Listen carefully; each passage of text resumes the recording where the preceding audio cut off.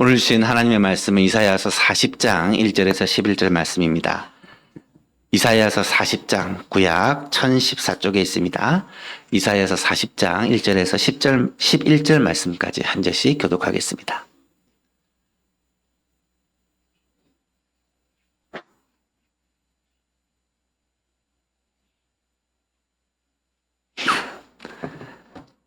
찾으셨으면 한 절씩 교독합니다. 너희 하나님이 이르시되 너희는 위로하라. 내 백성을 위로하라.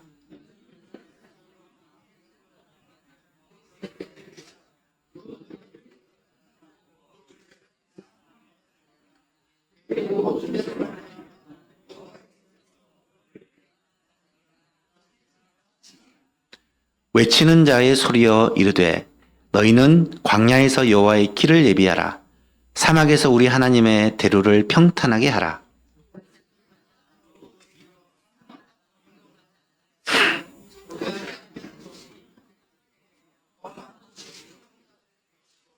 여호와의 영광이 나타나고 모든 육체가 그것을 함께 보리라. 이는 여호와의 입에 말씀하셨느니라.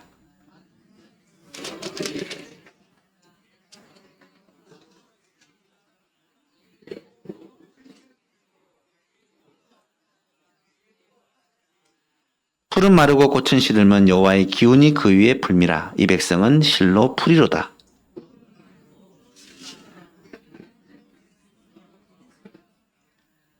아름다운 소식을 시온에 전하는 자여 너는 높은 산에 오르라. 아름다운 소식을 예루살렘에 전하는 자여 너는 힘써 소리를 높이라. 두려워하지 말고 소리를 높여 유다 성읍들에게 이르기를 너희는 하나님을 보라 하라.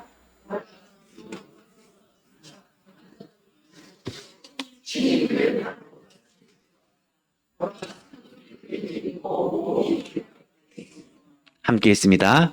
그는 목자같이 양떼를 먹이시며 어린 양을 그 팔로 모아 품에 안으시며 젖먹이는 암컷들을 온순히 인도하시리로다. 아멘.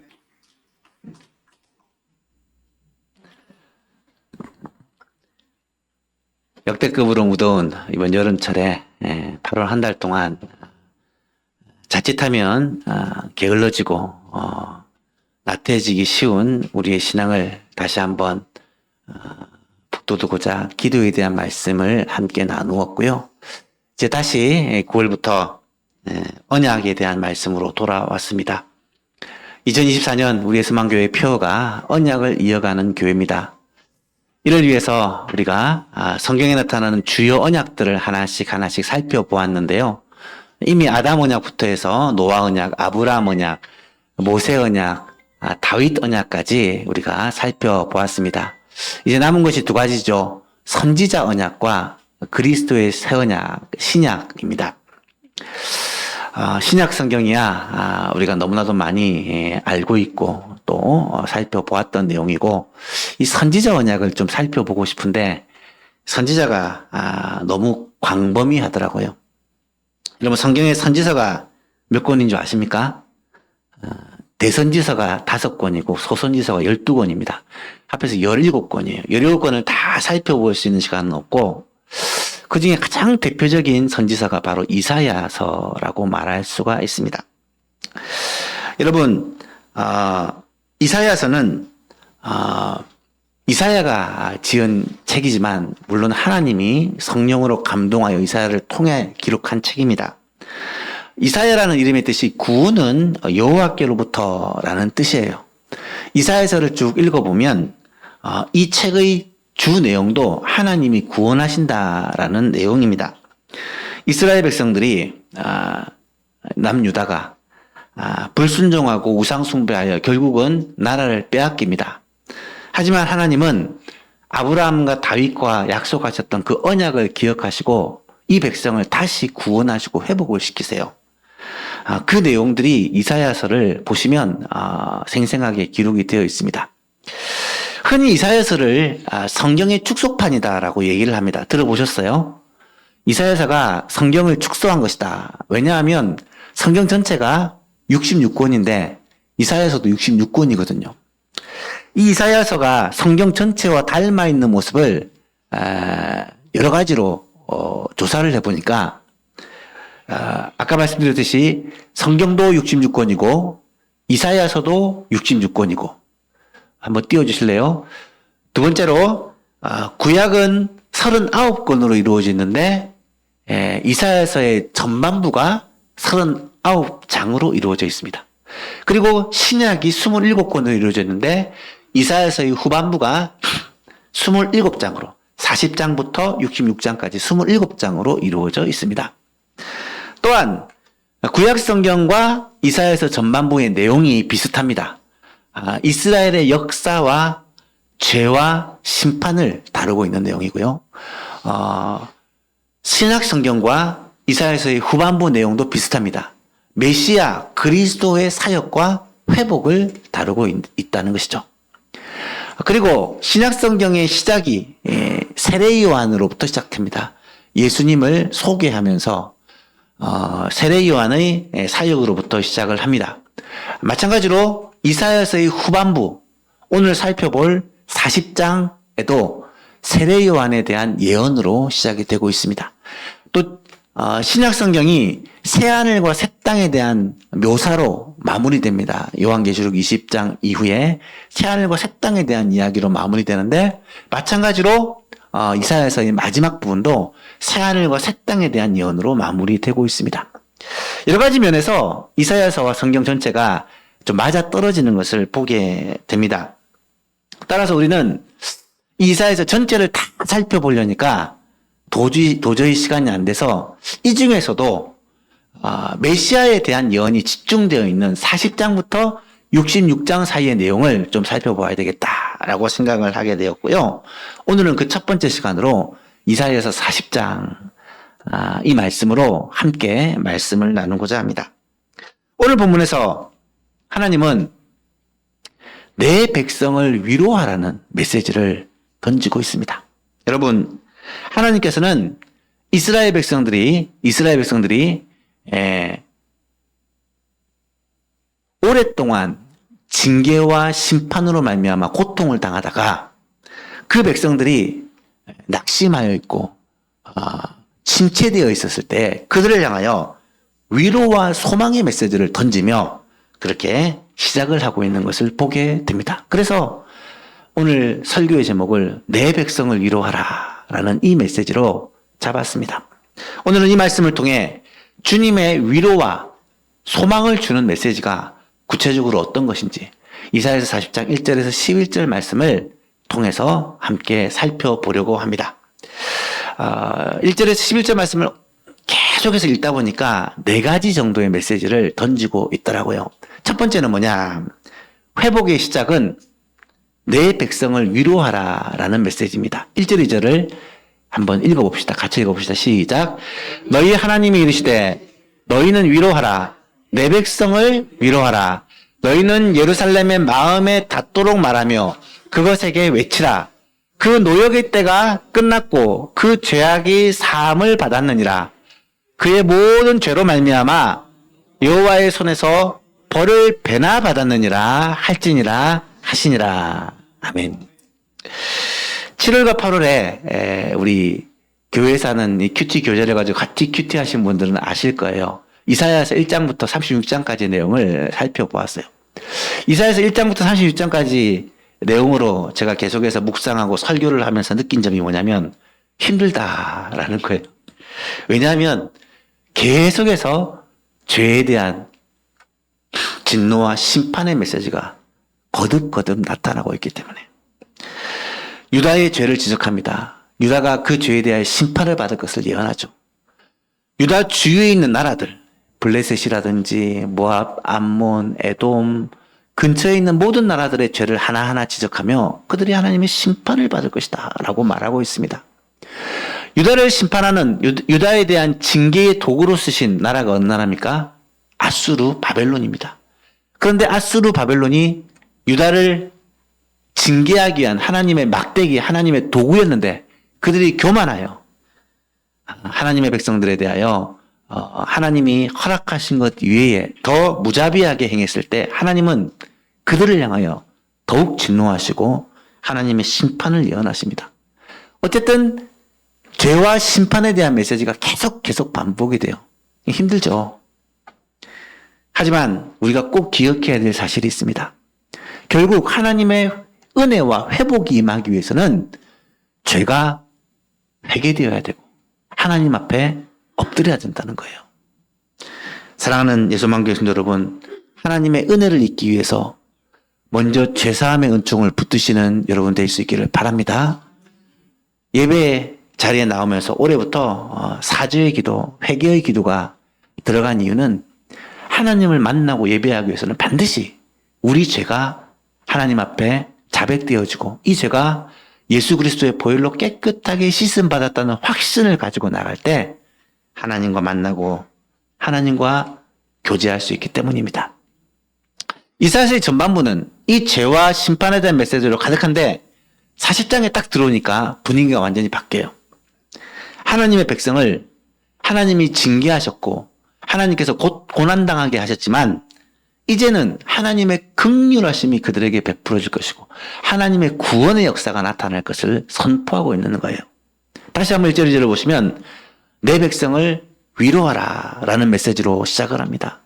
너희는 예루살렘의 마음에 와닿도록, 예루살렘은 하나님의 백성이죠. 하나님의 백성의 마음에 와닿도록 이것을 외치라는 거예요. 이제는 노역의 때가 끝났고 죄악이 사함을 받았다.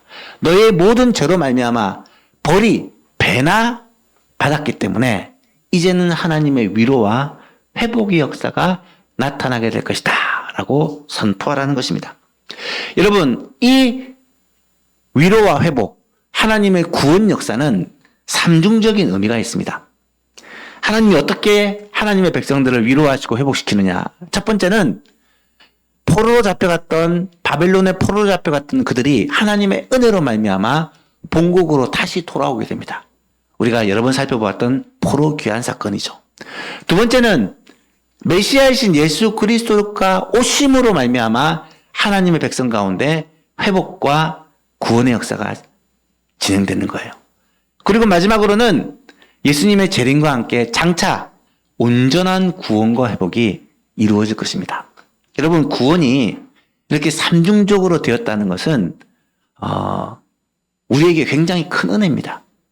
여러분, 우리는 어떤 존재입니까? 이미 구원받은 존재입니다. 그리고 지금도 하나님의 구원 역사를 체험하고 있는 존재입니다. 장차 하나님의 구원을 누리게 될 존재입니다. 무슨 말입니까? 예수 그리스도의 십자가 보혈로 이미 깨끗함을 받았고 구원을 받았습니다. 그리고 지금도 하나님의 인도하심과 보호하심 가운데 날마다 구원을 체험하고 살아갑니다. 하지만 장차 우리가 받을 구원은 영원한 영광의 나라가 우리를 위해 예비되어 있습니다. 여러분, 구원이 삼중적이라는 것이 얼마나 놀라운지, 얼마나 큰 은혜인지를 꼭 깨닫게 될 수 있기를 바랍니다. 더 놀라운 사실은 하나님의 징계가 오랫동안 지속되었지만 그 징계와는 비교할 수 없는 하나님의 은혜와 구원 역사가 나타나게 된다는 거예요. 이스라엘 백성들이 참 많은 고통을 당하고 참 많은 환난을 당했지만 하나님의 징계로 말미암아 그들이 받을 위로와 회복과 구원의 역사는 훨씬 더 놀랍다는 약속입니다. 여러분, 징계와 회복에 대한 메시지는 특별히 신약 성경에서 히브리서 12장을 빼놓을 수가 없습니다. 히브리서 12장 내용을 잘 읽어보시면 징계에 대한 메시지가 분명하게 나타납니다. 주께서 그 사랑하시는 자를 징계하시고 그가 받아들이시는 아들마다 채찍질하심이라 하였으니 너희가 참음은 징계를 받기 위함이라. 하나님이 아들과 같이 너희를 대우하시리니 어찌 아버지가 징계하지 않는 아들이 있으리요. 징계는 다 받는 것이거늘 너희에게 없으면 사생자요 친아들이 아니니라. 또 우리 육신의 아버지가 우리를 징계하여도 공경하거늘 하물며 영의 아버지께서 징계하신다면 더욱 복종하며 살려하지 않겠느냐. 10절 11절 같이 읽어볼게요. 시작. 그들은 잠시 자기 뜻대로 우리를 징계하였거니와 오직 하나님은 우리의 유익을 위하여 그의 거룩하심에 참여하게 하시느니라. 무릇 징계가 당시에는 즐거워 보이지 않고 슬퍼 보이지만 후에 그로 말미암아 연단받은 자들은 의와 평강의 열매를 맺느니라. 아멘. 하나님의 징계를 부모가 자식을 향한 징계와 비유하며 설명하는 거예요. 부모가 자식을 사랑하기 때문에 아들로 대우하기 때문에 징계하는 것이고 징계를 통해서 아들이 잘 되기를 바라는 것이 부모의 마음인데 하나님의 마음은 더 오죽하시겠느냐는 말이에요. 하나님은 우리의 유익을 위해서 우리의 거룩한 삶을 위해서 징계하시고 그 징계로 잘 연단받는 자들은 의와 평강의 열매를 맺게 될 것이다. 그렇게 말씀하고 있다는 사실입니다. 하나님의 징계를 받고 깨닫고 회개하고 하나님께로 돌아오면 그 위로와 평강과 기쁨과 은혜는 우리가 받은 징계와는 비교할 수 없다는 거예요. 너무너무 놀라운 은혜를 예비하고 계시다는 거예요. 그래서 베드로전서 1장 6절 7절에 베드로는 이렇게 고백을 해요. 이것도 같이 읽어볼까요? 시작. 그러므로 너희가 이제 여러 가지 시험으로 말미암아 잠깐 근심하게 되지 않을 수 없으나 오히려 크게 기뻐하는도다. 너희 믿음이 확실함은 불로 연단하여도 없어질 금보다 더 귀하여 예수 그리스도께서 나타나실 때에 칭찬과 영광과 존귀를 얻게 할 것이니라. 아멘. 이 땅을 살아가는 동안은 징계가 없을 수 없어요. 시험이 없을 수 없습니다. 성도가 고난을 당하지 않을 수 없어요. 하지만 우리에게는 분명한 약속이 있다는 거예요. 분명한 약속이 있다는 거예요. 힘들죠? 어렵죠? 한 성도님과 일부에 마치고 잠시 대화를 나눴었는데 올해 날이 역대급으로 더운 거 아시죠? 38일 연속 너무 더워가지고 특보가 연속되었다요. 이게 우리나라 기상관측 사상 최초의 일이라고 합니다. 38일 동안이나 이 무더위가 계속되었는데 드디어 어제 이제 해제가 되었다는 얘기를 들었습니다. 아직도 덥지만 그래도 이 무더위가 너무너무 심했잖아요. 문제는 뭐냐? 점점 그렇게 될 가능성이 크다는 거예요. 지구 온도가 자꾸 올라가니까 점점 더운 날이 계속되고 길어질 것이다 라는 그런 두려움이 있습니다. 그런데 우리는 걱정 안 해요. 주님 오시면 우리는 하나님 나라 가서 영원토록 누리고 살 거지만 근데 하나님 믿지 않는 사람은 난리가 났어요. 이제 올해는 못 살겠는데 내년엔 더 더워지고 후내년엔 더 더워지고 어째 사노? 큰일 났다. 발등에 불이 떨어진 겁니다. 사랑하는 여러분, 우리의 소망은 이 땅에 있는 것이 아니라 영원한 하나님의 나라가 우리의 소망이라는 것을 꼭 기억할 수 있기를 바랍니다. 그것이 우리에게 제일 큰 위로잖아요. 두 번째로 하나님의 위로와 소망의 메시지가 무엇입니까? 회복을 알리는 선포는 주의 길을 예비하라는 소리입니다. 3절에서 5절을 보세요. 외치는 자의 소리여 이르되 너희는 광야에서 여호와의 길을 예비하라. 사막에서 우리 하나님의 대로를 평탄하게 하라. 골짜기마다 도두어지며 산마다 언덕마다 낮아지며 고르지 아니한 곳이 평탄하게 되며 험한 곳이 평지가 될 것이요 여호와의 영광이 나타나고 모든 육체가 그것을 함께 보리라. 이는 여호와의 입이 말씀하셨느니라. 이거는요 고대에 왕이 지나가는 길에 이 길을 평탄하게 하는 사람들이 있습니다. 튀어나온 거 다 없애고 메꾸고 하면서 길을 평탄하게, 왕의 길을 평탄하게 만드는 것. 이거는 왕이 오신다, 왕이 임하신다라는 그러한 선포죠.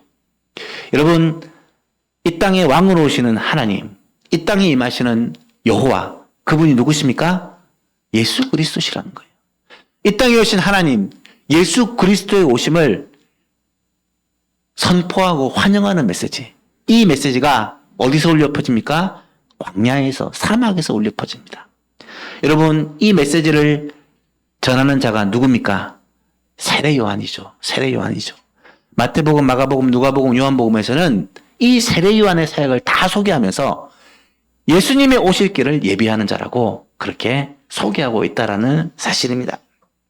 여러분, 세례 요한의 사명은요, 예수님을 오실 길을 예비하고 예수님을 사람들에게 소개하는 것입니다.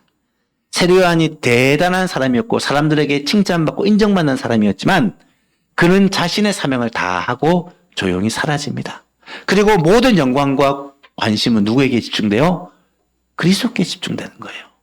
어쩌면 우리 성도들의 삶이 그래야 되지 않겠습니까? 내가 영광받고 내 능력이 나타나고 내 실력이 증명되기를 원하는 삶이 아니라 오직 그리스도의 영광을 위해 주님의 이름을 증거하기 위해 우리의 사명을 다 하고 주님께서 영광 받으시고 주의 이름이 증거되면 우리는 그것으로 인해 기뻐하는 신랑의 친구들이 누리는 기쁨을 우리도 누려야 하지 않을까요? 사랑하는 예수만교회 여러분, 주님의 이름의 영광을 받으심으로 기뻐할 수 있는 저와 여러분 되기를 간절히 바랍니다. 우리 예수만 교회를 통해서 교회의 이름이 높아지고 우리 예수만 교회가 칭찬받는 것이 아니라 주님의 이름이 높아지고 주님의 이름이 영광을 받는 그런 복된 교회가 될 수 있기를 간절히 소망합니다. 세 번째로 회복의 근거가 있어요. 이 회복과 소망의 근거는 뭐냐? 영원하도록 변치 않는 하나님의 말씀이라는 거예요. 6절부터 8절 말씀을 보십시오. 말하는 자의 소리여 외치라. 내가 무엇이라 외치리까? 모든 육체는 풀이요 그의 모든 아름다운 들의 꽃과 같으니 풀은 마르고 꽃이 시드면 여호와의 기운이 그 위에 불미라. 이 백성은 실로 풀과 같다. 8절 같이 읽어볼까요? 시작. 풀은 마르고 꽃은 시드나 우리 하나님의 말씀은 영원히 서리라 하라. 아멘. 잘 아는 말씀이죠. 풀은 그 수명이 얼마 길지 못합니다.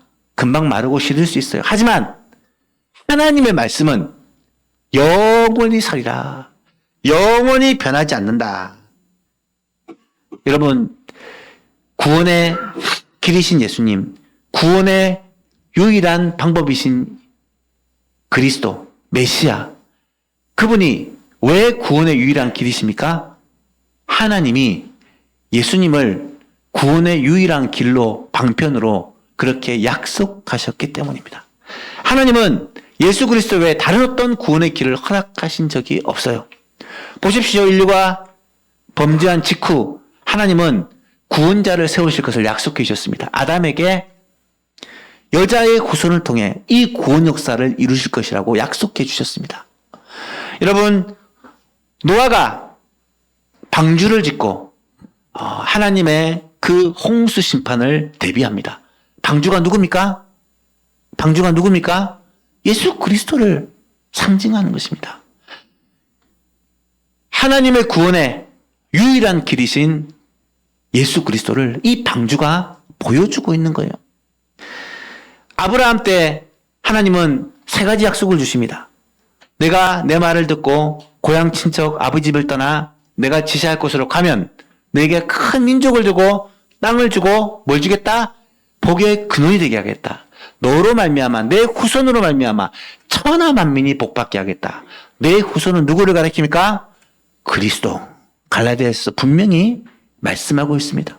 여러분, 모세에게도 마찬가지입니다. 모세에게 하나님을 만나는 길을 가르쳐 줍니다. 성막을 짓고 제사를 통해 하나님을 만나는. 여러분, 성막과 제사는 누구를 가리킵니까? 예수 그리스도를 가리킵니다. 하나님을 만날 수 있는, 우리가 하나님을 만날 수 있는 유일한 길은, 이 죄 씻음을 받는 유일한 길은 예수 그리스도의 십자가와 보혈을 가리키는 거예요. 다윗도 마찬가지입니다. 다윗에게 영원한 왕위를 약속하십니다. 영원한 왕위는 세상에 있을 수 없습니다. 하지만 예수 그리스도를 통한 영원한 왕위를 다윗에게 약속하십니다. 다윗의 후손을 통하여 하나님께서 영원한 하나님의 나라를 세우실 것을 약속해 주십니다. 결국 이 약속 때문에, 하나님의 이 언약 때문에 예수 그리스도가 오시고 그 예수 그리스도를 믿는 자는 구원을 받게 되는, 구원과 회복의 은혜를 누리게 되는 이 메시아 언약이 그대로 이루어지고 있다는 사실입니다. 사랑하는 여러분, 지금도 똑같습니다. 지금도 하나님의 말씀은 변함이 없으십니다. 지금도 하나님의 말씀은 반드시 그대로 이루어질 것입니다. 하나님의 말씀 가운데 우리에게 주신 가장 중요한 메시지가 무엇입니까? 예수 그리스도를 믿음으로 말미암아 구원과 영생을 얻게 되는 이 메시지. 이 복음 메시지는 영원토록 변함이 없습니다. 그것 외에는 다른 길이 없습니다. 그러하다면 우리는 어쩌면 세상에서 가장 복된 자입니다. 이 복음 메시지를 듣고 믿고 예수 그리스도를 믿음으로 말미암아 구원과 영생의 복을 받아 누리는 우리가 가장 복된 자라는 거예요. 그리고 이 복음을 이제 우리는 우리만 알고 누리는 것으로 끝나지 않고 세례 요한이 예수님을 선포하고 사람들에게 증거했듯이 우리도 이 복된 구원의 소식을 내 주위, 가족, 이웃, 주위 사람들에게 알리고 선포할 책임이 있다는 사실을 우리가 꼭 깨달아야 한다는 사실이죠. 마지막으로 이사야 40장에서 나타나는 이 회복과 소망의 메시지가 무엇입니까? 가장 아름다운 소식은 목자 되신 하나님이 양떼를 돌보신다라는 소식입니다. 9절에서 11절 말씀을 읽겠습니다. 아름다운 소식을 시온에 전하는 자여 너는 높은 산에 오르라. 아름다운 소식을 예루살렘에 전하는 자여 너는 힘써 소리를 높이라. 두려워하지 말고 소리를 높여 유다 성읍들에게 이르기를 너희의 하나님을 보라고 말하라. 보라, 주 여호와께서 장차 강한 자로 임하실 것이요. 하나님이 임하신다는 거예요. 왕권을 가지고 친히 그의 팔로 다스리실 것이라. 하나님이 그 힘을 가지고 온 땅을 통치하시고 다스리실 것이다. 보라, 상급이 그에게 있고 보응이 그의 앞에 있으며 11절 같이 읽어볼까요? 시작. 그는 목자같이 양떼를 먹이시며 어린 양을 그 팔로 모아 품에 안으시며 젖먹이는 암컷들을 온순히 인도하시리로다. 아멘. 장차 임하실 하나님, 장차 오실 그 하나님이 누구시라고요? 예수 그리스도. 예수 그리스도. 그분이 자신의 왕권을 가지고 와서 친히 다스리게 될 것인데 힘으로, 무력으로, 완력으로 다스리는 게 아니라 11절에 보니까 뭐라고 말씀해요? 목자같이 양떼를 먹이시고 어린 양을 그의 팔에 모아 품으시며 젖먹이는 암컷들을 온순하게 인도하신다. 이게 하나님께서 자기 백성을 돌보시는 방법이라는 거예요. 사랑하는 여러분, 세상에서 가장 아름다운 소식, 가장 복된 소식은 어떤 소식이 있습니까? 그렇죠. 왕이신 하나님이, 온 천지 만물 주관자이신 하나님이 이 땅에 왕으로 임하셔서 우리를 다스린다는 소식이에요. 온 세상 만물의 창조주이시자 구속주의자 다스리신 하나님이 친히 이 땅에 오셔서 왕으로 다스리신 그분이 예수 그리스도십니다. 그분이 이 땅에 다스리시는데 어떻게 다스리시냐? 자기 양떼의 목자가 되어서 목자가 양을 돌보듯이 그렇게 품에 안으시며 사랑으로 돌보시고 다스리신다는 거예요. 그분이 바로 우리가 주로 모시고 있는 예수 그리스도시라는 사실입니다. 이것이 얼마나 아름다운 소식, 이것이 얼마나 복된 소식이 아니겠습니까? 예수님은 요한복음 10장에서 자신을 가리켜 선한 목자라고 소개합니다. 나는 선한 목자라. 나는 양떼를 알고 양도 나를 아는 것이 아버지가 나를 아시고 내가 아버지를 아는 것 같다. 나는 양을 위하여 목숨을 버리노라. 여러분, 예수님은 실제로 우리 양떼를 위해, 우리를 위해 자신의 생명을 내어주셨습니다. 자신의 생명을 주심으로 말미암아 우리가 생명을 얻게 해주셨습니다. 영생을 얻게 해주셨습니다. 뿐만 아니라 목자가 양을 세세히 잘 알듯이 우리 하나님께서는, 예수님께서는 우리 한 사람 한 사람을 아시고 목자가 양떼들을 푸른 풀밭으로 쉴만한 물가로 인도하며 돌보듯이 우리를 품에 안으시고 돌보시고 목자가 양들에게 필요한 모든 것을 공급하였듯이 하나님께서는 우리에게 필요한 모든 것을 공급하시고 채워주신다는 거예요. 여러분, 이것이 가장 복된 소식, 이것이 가장 아름다운 소식이 아니고 무엇이겠습니까? 사랑하는 예수망교인 여러분, 이 복음이 우리에게 왔어요. 우리에게 임했어요. 이 복음을 우리는 들었고 이 복음이 주시는 이 놀라운 은혜와 영광을 우리는 누리게 되었어요. 그리고 하나님은 이 복음을 우리가 다른 사람에게도 전하고 나누어 주기를 원하신다는 사실입니다. 내 백성을 위로하라.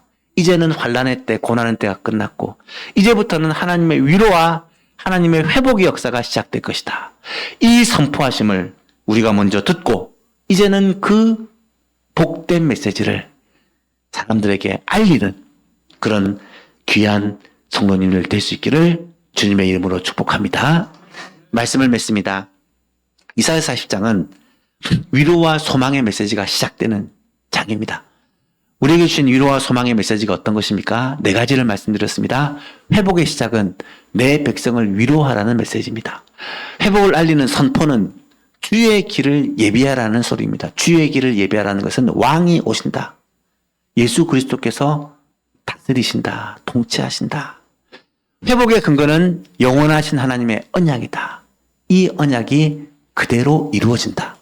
마지막으로 가장 복되고 아름다운 소식은 목자 되신 하나님이 오셔서 우리를 돌보신다라는 이 소식이라는 거예요. 사랑하는 여러분, 이 이사야 40장을 우리가 다시 한번 묵상하면서 우리에게 주신 가장 복되고 아름다운 이 소식을 우리가 먼저 깨달아 알기를 원하고, 세상에 지치고 우리의 삶에 지치고 죄에 지치고 우리들이 하나님 앞에 참 부끄러운 모습에 지쳐있는 성도들에게 이 주님의 음성이 위로가 되고 회복이 되고 새로운 힘을 얻어 주를 위해 다시 한번 힘을 얻고 일어서는 은혜가 있기를 원하고, 이사야서 40장의 마지막 절이 무슨 내용인지 아십니까? 이것입니다. 야곱아, 어찌하여 내가 말하며 이스라엘아 내가 이르기를 내 길은 여호와께 숨겨졌으며 내 송사는 하나님께 벗어난다 하느냐? 너는 알지 못하였느냐? 듣지 못하였느냐? 영원하신 하나님 여호와 땅끝까지 창조하신 이는 피곤하지 않으시며 곤비하지 않으시며 명철이 하늘에 없으시며 피곤한 자에게는 능력을 주시며 무능한 자에게는 힘을 더하시나니 소년이라도 피곤하고 곤비하며 장정이라도 넘어지며 쓰러지되. 31절 같이 읽어볼까요? 오직 여호와를 앙망하는 자는 새 힘을 얻으리니 독수리에 날개치며 올라감 같을 것이요 다른 박질하여도 곤비하지 아니하고 걸어가도 피곤하지 아니하리로다. 아멘. 이 은혜가 예수망의 모든 가족들에게 함께하기를 예수님의 이름으로 축복합니다.